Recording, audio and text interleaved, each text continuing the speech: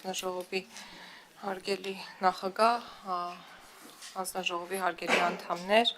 ձեր քննարկմանն է ներկայացվում ռազմական գործողությունների հետևանքով ստեղծված պայմաններում եւ հանգամանքներում անհետ կորած անձանց մասին օրենքի նախագծի եւ հարակից օրենքների նախագծերի վերաբերյալ օրենսդրական փաթեթը։ Նշեմ, որ ռազմական գործողությունների հետևանքով ստեղծված պայմաններում եւ հանգամանքներում անհետ կորած անձանց առնչվող իրավահարաբերությունները ներկայում համապարփակ կարգավորված չեն, անձանց նշված շրջանակի վերաբերյալ առանցքային հարցերը առհասարակ բաց են մնացել, իսկ որոշ հարցեր թեև տարբեր իրավական ակտերում ստացել են որոշակի կարգավորում, սակայն թերի են ու չխմբավորված։ Նշվածով պայմանավորված անհրաժեշտություն է առաջացել ընդունել առանձին շրջանակային օրենք, որով կապահովի ռազմական գործողությունների հետևանքով ստեղծված պայմաններում եւ հանգամանքներում անհետ կորած անձանց առնչվող իրավահարաբերությունների համապարփակ կարգավորումը։ Ներկայացնեմ նախագծի հիմնական կարգավորումները։ Նախագծով սահմանում է, թե ով է համարվելու անհետ կորած անձ, եթե հակիրճ, ապա զինծառայողը կամ զինծառայության մեջ չգտնվող այլ անձը, այդ թվում կամավորականը, որն անհետացել է ռազմական գործողությունների հետևանքով ստեղծված պայմաններում կամ հանգամանքներում, պաշտպանության գործողություններին մասնակցելու կամ մարտական հերթապահության կամ հատուկ առաջադրանք կատարելու ժամանակ, կամ զինադադարի ընթացքում կամ ռազմական գործողություններին հաջորդող խաղաղ պայմաններում։ Նախագծով սահմանում են անհետ կորած անձանց, ինչպես նաև նրանց ընտանիքի անդամների իրավունքները, այդ թվում անհետ կորած անձի անհետացման պատճառների եւ հանգամանքների, գտնվելու դեպքում գտնվելու վայրի, մահվան դեպքում մահվան հանգամանքների, հուղարկավորման վայրի վերաբերյալ հավաստի տեղեկություններ ստանալու իրավունքը, մարմինը մասունքները ստանալու իրավունքը եւ այլն։ Նախագծով նաև սահմանում են անհետ կորած անձի հետախուզման համար դիմում ներկայացնելու ընթացակարգը, հետախուզման գործընթացին առնչվող դրույթներ, հետախուզման դադարեցման դեպքերը։ Այսպես նախագծի իմաստով անհետ կորած անձի հետախուզման դիմումը ներկայացվում է լիազոր մարմին, ընտանիքի անդամի, պետական մարմնի կամ հասարակական կազմակերպության կողմից, որից հետո անհետ կորած անձին վերաբերող տեղեկությունները մուտքագրվում են համապատասխան ռեեստրի։ Օրենքում ամրագրվել է, որ լիազոր մարմինը հարցումներ է ուղարկում պետական եւ տեղական ինքնակառավարման մարմիններին, միջազգային մարդասիրական կազմակերպություններին, որոնք կարող են տիրապետել անհրաժեշտ տեղեկատվություն։ Սա ենթադրում է, որ որոնողական աշխատանքներ, որի ժամկետները կարող են երկարաձգվել, սակայն սահմանված է, որ բոլոր անհրաժեշտ միջոցները ձեռնարկելուց հետո առկա վիճակի մասին 15-օրյա պարբերականությամբ տեղեկատվություն պետք է ներկայացվի լիազոր մարմնին։ Նշեմ նաև, որ այս որոնողական աշխատանքների եզրափակման մասում սահմանվել է, որ հետախուզումը դադարեցվում է անհետ կորած անձի գտնվելու վայրը, հուղարկավորման վայրը կամ այդ անձի մարմնի մասունքները գտնվելու վայրը պարզելու օրվանից 3 օրվա ընթացքում, որի մասին անհապաղ նշվում է նաև համապատասխան ռեեստրում։ Իսկ անհետ կորած անձի դատարանի վճռով մահացած ճանաչվելու, սակայն նրա մարմինը չհայտնաբերված լինելու դեպքում հետախուզումը չի դադարեցվում։ Որպես անհետ կորած անձանց հարցերով լիազոր մարմին նախատեսվում է ազգային անվտանգության ծառայությունը, սահմանում է վերջինիս լիազորությունների շրջանակը։ Մասնավորապես լիազորությունների շրջանակը ներառում է անհետ կորած անձանց հետախուզման գործընթացի համակարգում, տեղեկատվության ստացում եւ պետական մարմինների կողմից ստացված տեղեկատվության հավաքագրում, անհետ կորած անձի հետախուզում, նրա գտնվելու վայրի կամ նույնականացման նպաստող ստացված տեղեկատվության եւ փաստերի հավաքագրում եւ ստուգում, հաղորդակցում անհետ կորած անձանց ընտանիքի անդամների հետ, նրանց անհետ կորած անձանց հետախուզման ընթացքի եւ արդյունքների, անհետ կորած անձանց նույնականացման, անհետացման հանգամանքների ու պատճառների քննության արդյունքների մասին տեղեկատվության տրամադրում եւ այլն։ Նախատեսվում է լիազոր մարմնի ներքո ստեղծել անհետ կորած անձանց միասնական ռեեստր, որի մասին ես նախորդ թիվ խոսեցի, որի տվյալները հասանելի են լինելու անհետ կորած անձանց ընտանիքի անդամներին, պետական եւ տեղական ինքնակառավարման մարմիններին։ Նախագծով սահմանվելու են անհետ կորած անձանց եւ նրանց ընտանիքների անդամներին տրամադրվող արտոնությունների շրջանակը, որոնք շատ դեպքերում բխում են նաև գործող օրենսդրությունից։ Մասնավորապես նախատեսվել է, որ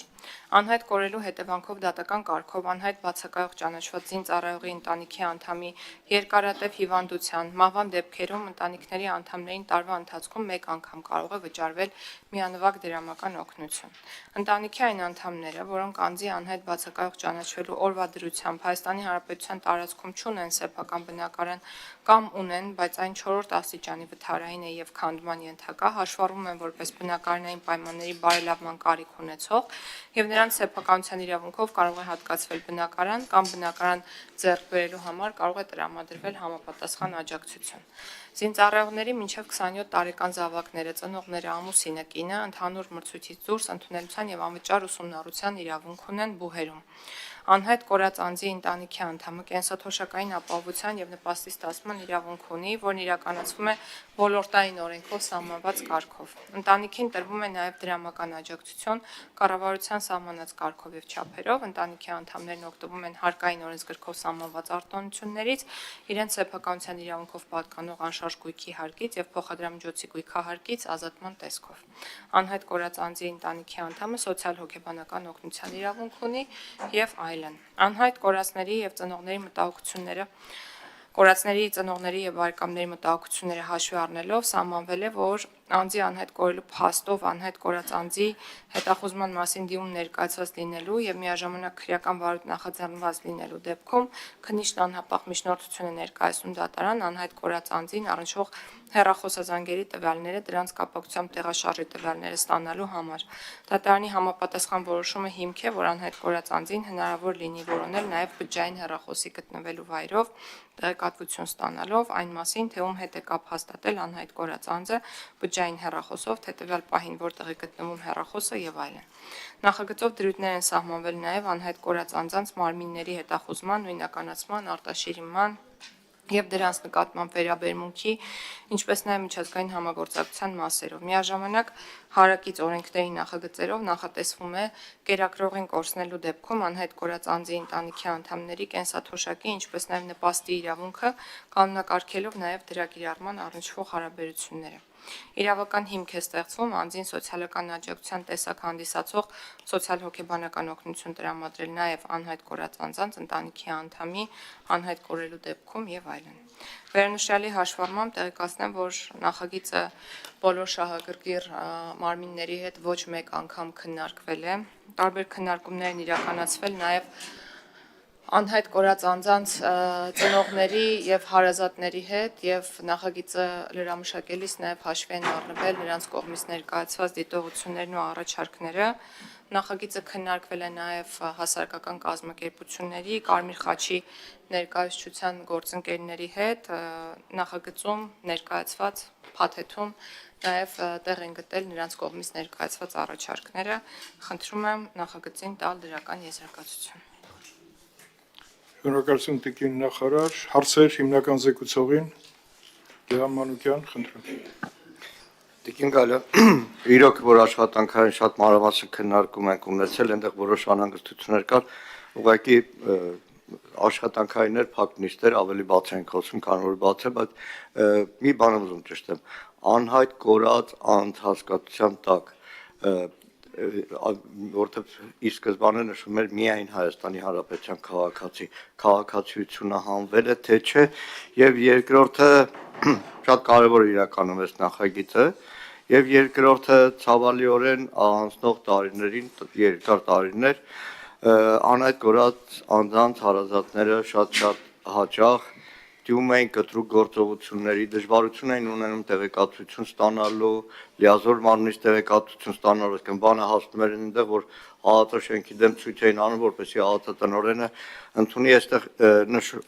կետ կա, որ հաղորդակցում անհայտ կորած անձանց ընտանիքների անդամների հետ եւ այլն։ Հնարավոր է արդյոք ինչ որ փոփոխությամբ խիստ կանոնակարգվի, այսինքն պարտավորված լինի լիազոր մարմնի ներկայացուցիչը բարբերական դրությամբ հարազատների հետ շփում ունենալու այսքան։ Շնորհակալություն հարցի համար։ Մենք անհայտ կորած անձի հասկացությունը չենք սահմանափակել միայն Հայաստանի Հանրապետության քաղաքացի հանդիսանալու հանգամանքով։ Ես ինչպես նշեցի, անհայտ կորած անձ կարող է լինել եւ ռազմական գործողություններին ակտիվորեն մասնակցած եւ չմասնակցած անձը, որն անհայտ կորել է տարբեր իրավիճակներում, այդ թվում զինադադարի ժամանակ, այդ թվում խաղաղ պայմաններում, այդ թվում ռազմական գործողությունների ժամանակ եւ դրանից անմիջապես հետո եւ կրկնում եմ, ձեր հարցի պատասխանն է, որ ոչ միայն ՀՀ քաղաքացին կարող է համարվել անհայտ կորած անձ։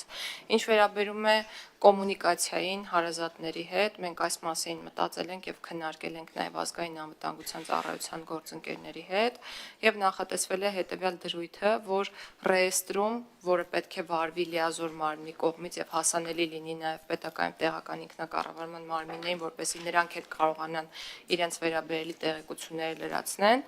այդ տվյալները հասանելի են համապատասխան դիմումի հիման վրա անհայտ կորած անձի ընտանիքի անդամին։ Այսինքն ցանկացած դեպքում դիմումի արկայության պարագայում լիազոր մարմինը պարտականություն է կրելու հայտնել ռեեստրում արկա բոլոր տվյալների մասին։ Տիկին Գալյան, միայն ռազմական գործողություններին է վերաբերում, թե հատուկ միջոցառումներն էլ ներգրաված են անհետ կորածների այդ շրջանակը, դրա մեջ մտնում է թե չէ։ Տարբեր իրավիճակներում անհայտ կորած անձանց մասին է խոսքը, հակառակորդի հետ շփման գծում մարտական հերթապահության կամ մարտական առաջադրանք կատարելու հետևանքով նաև անհայտ կորած անձանց է վերաբերում։ Բոլորին է վերաբերում։ Եվ նաև ռազմական գործողություններից հետո հաջորդող 6 ամսյա ժամկետում խաղաղ պայմաններում, ինչպես ես արդեն նշեցի, անհետացած անձանց է վերաբերում։ Այլ միջոցառումներ կան, որտեղ Սկզբում մարտական գործողությունների ընթացքում, որոնք հատուկ հանձնարարությամբ են տրվում, այո։ Հարակից